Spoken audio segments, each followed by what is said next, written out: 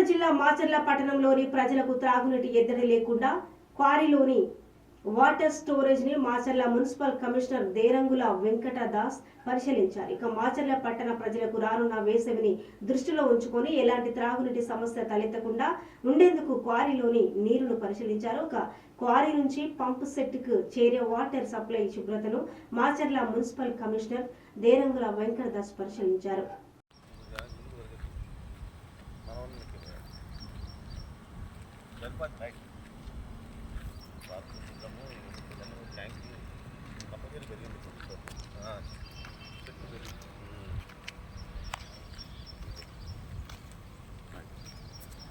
ఇవన్నీ అన్నీ కొట్టించాలంటే గవర్నమెంట్ ట్యాక్స్ ఇబ్బంది.